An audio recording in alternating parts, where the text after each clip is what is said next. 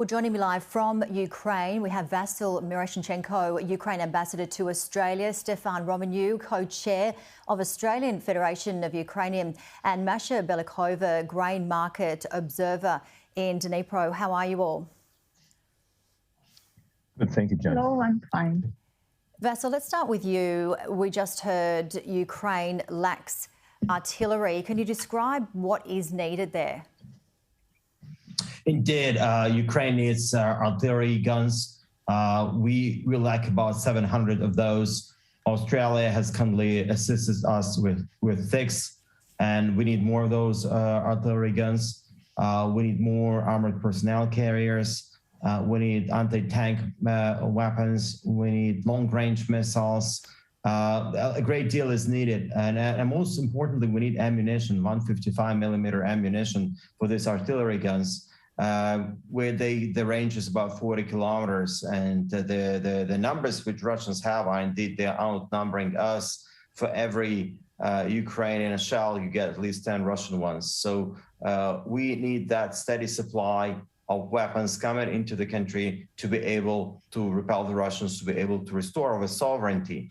And that's what's going on. And Australia has been punching above its weight, sending 285 million of military assistance to Ukraine, which included various pieces. But you see that this war is so brutal, the intensity of this war is so high that we need to see it coming on a regular basis from our allies, from our friends. And I'm extremely delighted that Ukraine has been able to discover a friend like Australia, so far away, but so close in terms of values, in terms of understanding what this fight is all about.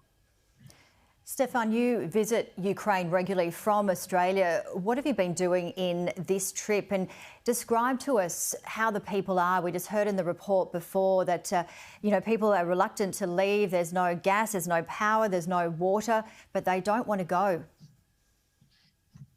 Well, Tony, one thing we need to understand, I think everybody sees now, is the resilience of the Ukrainian people. Ukraine will not give up territory. Ukraine has lost too many lives, children, women, soldiers, to just let this go. So the fight will continue, and I certainly support the ambassador in that call for more military aid, and Australia does punch above its weight. My role here at the moment is the Australian Federation of Ukrainian Organisations through our Ukraine Crisis Appeal. We've collected over $6 million. I'm just after this interview going to Irpin, where we're supporting the building of a shelter. We find there are a lot of displaced people here in Ukraine. So the Australian Federation, through the Crisis Appeal, will help build or refurbish 10 of those. I was yesterday at the Ukrainian Catholic University in Lviv, where is our drop-off point. So we've sent over 200 pallets of medical aid, which is being distributed. My role was to see how the logistics work. We have a great team in Australia, headed by Darka Sinko and Liz Poslowski, who are doing an amazing job. The purpose here is to make sure that our aid is going to the right place, assess what's required, look at the logistics, but more importantly, and I think it's very important to let the Ukrainian people know that the diaspora is with Ukraine. So in my role with the Ukrainian World Congress, we try to have meetings. I've met with Rotary, I've met with others to say we're here with you. Obviously meeting with government representatives to reinforce that message that we're in for this together. And we certainly support the president in what he says is Ukraine wins, the world wins, Ukraine loses, the world loses. We're fighting a war of values, and Mr. Putin and all those associated with him have to be brought to justice. As I said, I'm going to Irpin and Bucha in a couple of minutes to look at one of these sites. But I've been there a couple of times now. You see the pain on people's faces, but you also see their resilience. So we call on the world, continue to support Ukraine militarily and from a humanitarian point of view, and also from a legal perspective. And Masha, explain to us about Ukraine's grain. Ukraine, I believe, is the world's 4th largest grain exporter, and we've been reading Russia is blocking the exports of grain from Ukraine ports. How is this on a global scale? So, for now, we still have our deep sea exports blocked, and like Russia's saying that they are not blocking, but while their navy is still in our waters and they are still attacking our cities in Odessa or Nikolaev or Kherson. So like we are not believing that they will let us move our vessels and will not attack if we demine the waters. And if we're talking about this year, there is of course already a huge deficit of grains and wheat, corn, sunseeds, oils as well, because Ukraine is a huge exporter of those grains. And right now our logistics just can't handle the same volumes that we have before.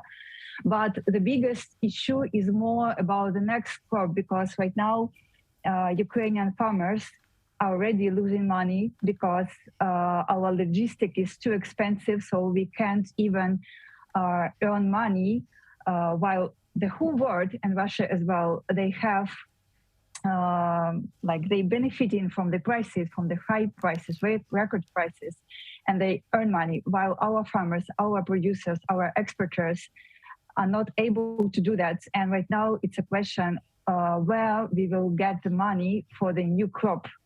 And if the situation will remain the same as right now, it seems that they will decide to drop the production, to drop the planting, and it would be like, it's something that is not going to change faster. So you have to think about the next crop already, because right now there are plenty of productions in the world, and it's hard, but probably possible at least to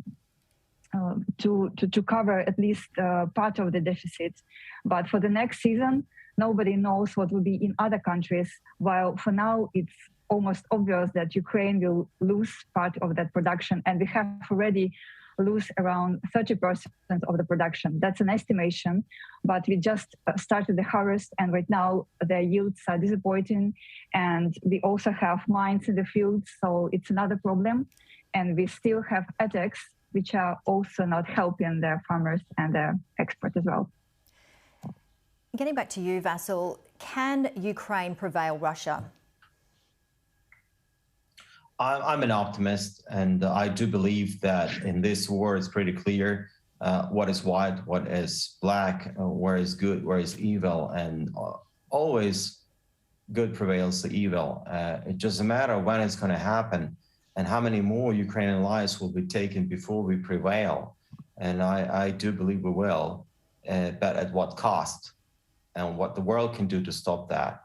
And that's very important to keep this in mind, because every day we get at least 200 Ukrainian soldiers killed, another 400 get wounded. The level of damage is huge. Just yesterday, the Russian missiles came into Odessa region in the city of Bilhorod-Dnistrovsky, hit a 9-story residential building, killed 20 people instantly, and one 12-year-old child. And that's happening every day. We get residential buildings hit every day throughout Ukraine in different parts. This is really horrendous.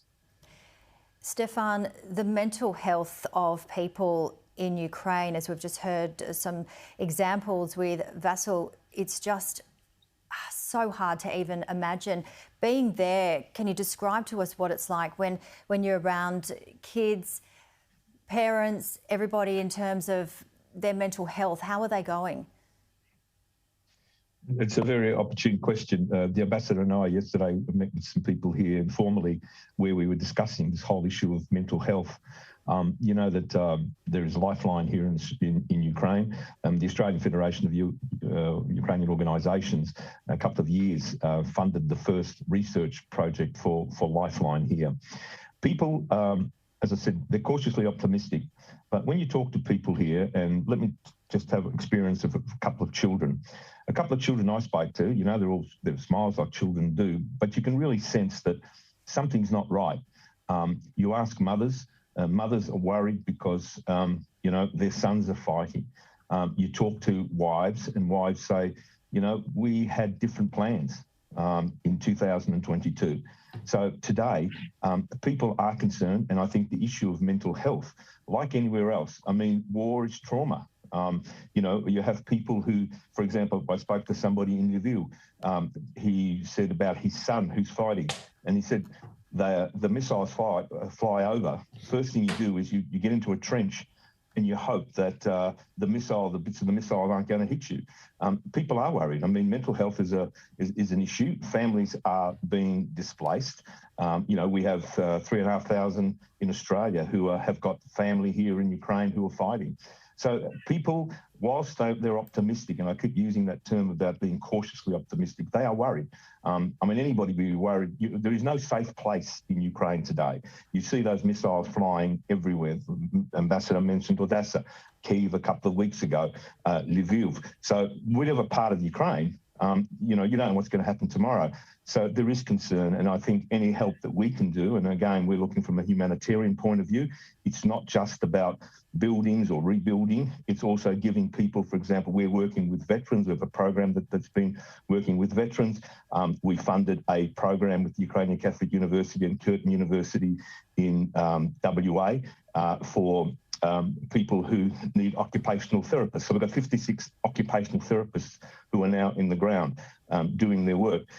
So the help that's required is very, very wary. It goes from the bombers, it goes from having military aid to having humanitarian aid to having those simple things which we sometimes think, just to talk to somebody about my situation. The same thing applies to those who are in Australia. I had a conversation last Sunday with a person in a church who basically, she broke down. She said, look, I've been pretty resilient for the last 3 or 4 weeks here. But, the other night with my children, I just broke down. I don't know what the future holds. So Russia needs, or the world needs to understand, I think we're just being, repeating what everybody else is.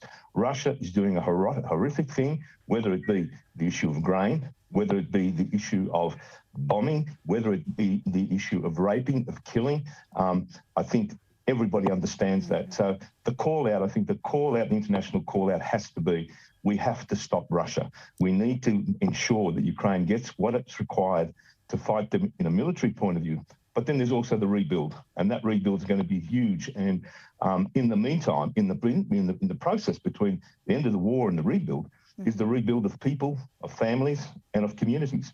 I mean, they're waiting for us now. With the communities coming together, they're so happy that somebody from the diaspora is coming to show support. And again, they're people who'll go home and they'll be happy for those couple of minutes because we've had this opportunity to meet. But they'll go home and they'll think about what the future holds. It's just so hard to imagine. We do have to wrap it up, but I just wanted to get your thoughts, Masha. You're in Dnipro, and I believe that there's a lot of homes lost and jobs as well. Can you give us a brief description on what's happening in Dnipro? Yes. So Stefan is totally right, because even Dnipro is kind of more or less safe. You can be sure that the missile will break your house next day, and for the last days for last week, we have very active days. Like, we have a lot of attacks on our city as well. Luckily, no residential buildings were attacked, but people still die, and you still have that feeling of something that can happen any minute. And yes, there is a big issue because people were coming from the occupied regions, and they are all sitting here, and there are lots of jobs just lost, lots of companies, plants just destroyed. And you can imagine that the prices for almost all the things just increased, and we also have a deficit of fuel. Like, it's hard to find it.